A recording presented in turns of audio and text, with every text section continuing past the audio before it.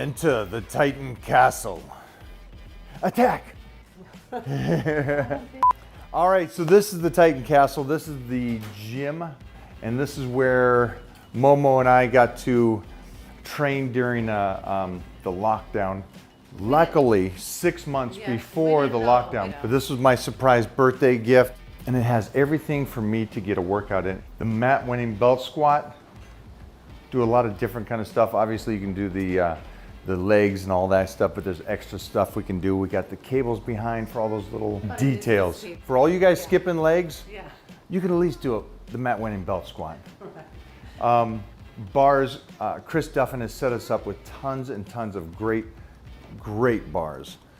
And then I got my power rack. I can create a full power bodybuilding program with just this equipment, and it's enough stuff and enough room for me to, which it was, allowed me to get in this kind of shape and go off season and just put that memory muscle back on that I lost from guest posing and guest posing and guest posing. And that's why I say don't stay in a deficit. You're hurting yourself. So it worked out good for me.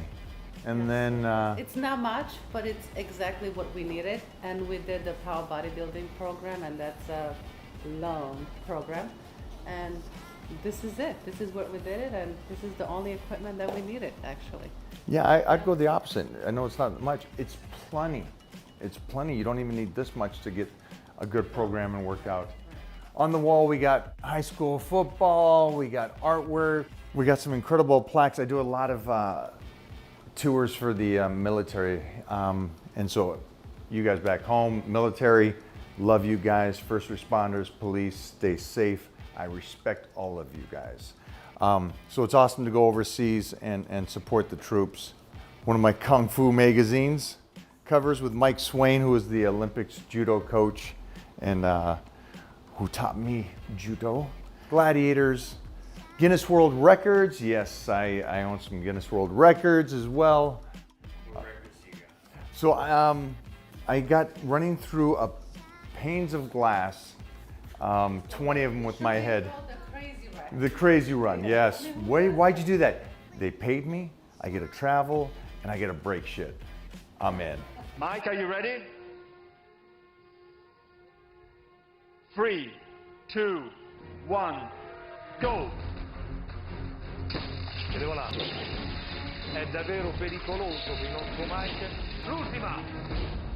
Sì! Ragazzi, non ho parole. I always wanted as a kid my own gym where we'd put up the covers and stuff like that, but it seems like it was the TV shows and the other artworks that made more than the actual covers that meant something to me. I got my Mr. Universe trophies behind us.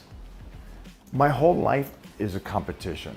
So that's the coolest thing about it. I got to, which most athletes don't get to when they're done with football. You know, they got to find that next thing. And for me, I got gladiators in my 20s, I got battledom in my 30s, I got gladiators in my 40s, and then the weightlifting and that intensity and keeping at this level is continued to keep me in the fight.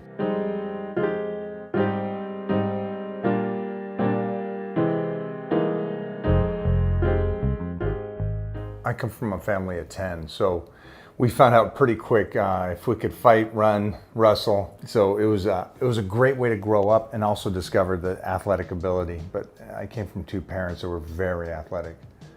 So yeah, I know it was 9 years old is when I started really training hard and dieting. I was already into martial arts. I was already fighting my older brothers and getting drop kicked from my older sisters. So I had to protect myself. So it was just athletic ability. And then also it was prior to that, which made me really jump into lifting, is that I found out that I couldn't read or write. I'm one of those kids that started school, and back in the 70s, two things. It was one, because it was kind of funny because there's 10 of us and I was the youngest boy. And my dad was a teacher at that point and my mom was a writer, both college grads. And the school went to my parents and said, hey, we got a genius. Your boy's a genius. Let's have him skip from 1st grade to 3rd grade because he's picking up things so quickly and everything. What they didn't understand was I was trying to figure out things, but I couldn't read and write. And so I missed phonics completely, and they didn't discover I had dyslexia until later. So my parents were happy, yeah, skip a grade. Then I went into 3rd grade and I tanked. And they go, well, we were wrong. Can't write and spell, he's an idiot. So what we're gonna do now is instead of skipping a grade, we're gonna put him in special ed. So right into special ed from that point on. And then that's when I really had to take the training and everything to a different level, because we're kids, and everybody in my class would be teased because we were all special kids. You know, we had everybody in there, the kids eating checkers and drooling and wheelchairs, and so that was my crew. And so as a kid, I felt like I needed to protect them, and I could fight. And so anytime those kids were getting bullied, I would fight the bully. I trained from 9 till I was 13, and did my first meet was an Olympic lifting meet. And then by 14, I competed in my first bodybuilding show and powerlifting meet and crushed it. If there's anybody that knows my background, I was already training with the greatest powerlifters in the world. And so again, I look back and I go, wow, I got lucky on how I was raised, and then I got lucky on who I was around. So I was around Doyle Kennedy, Doug Furness, Jeff Magruder by that time. And these guys, to me, I didn't know a 600 bench was a lot, because I'm a 13, 14-year-old kid. I'm thinking, these guys can do it. That means I can do this one day. Everything that I did, I look back on and go, that's not normal in the sense of society. I would get up, I would train at the house first, then I'd go to school, do my paper route, play with the dogs, go to school. After school, ride the bike to the gym and power lift with those guys. We'd power lift on, Monday, Tuesday, Thursday, Friday, and then they had this own room, powerlifting room. And it was me and all these men and women that were just lifting like animals. And there was no filter, there was nothing. They didn't treat me like a 13, 14-year-old kid. They treated me like I'm a man, and this is how we do it.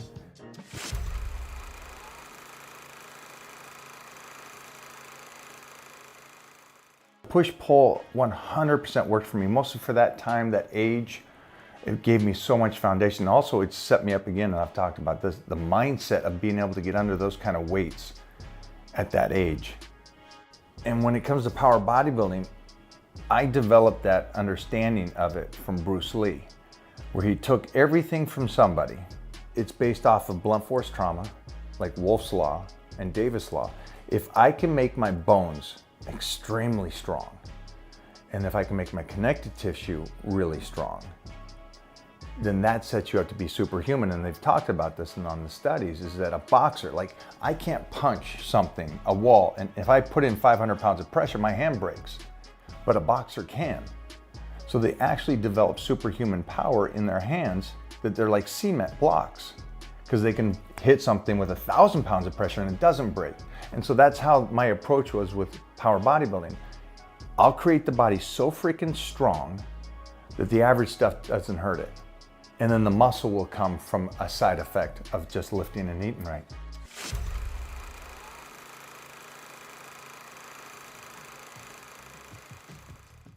I would say there's not one elite guy, and especially somebody that's retired after the fact, that would say that lifting is more important than nutrition.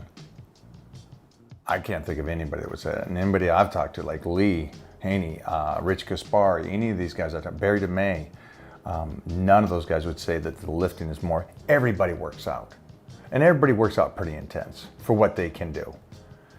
But it's the 23 hours after that, the 22 hours.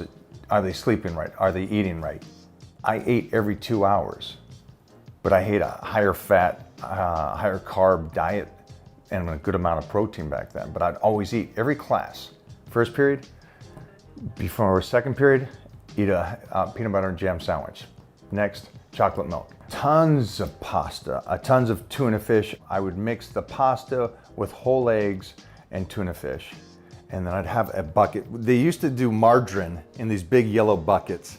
And the Tupperwares today, that margarine Tupperware were my Tupperwares. And so I'd go, and my dad got me a cooler, and we'd leave it at school. They were great with me there, and I'd just go between class, grab a meal, boom, boom, boom. If I'm extra hungry, peanut butter sandwich, and I'd have about 3 a day, plus some chocolate milk.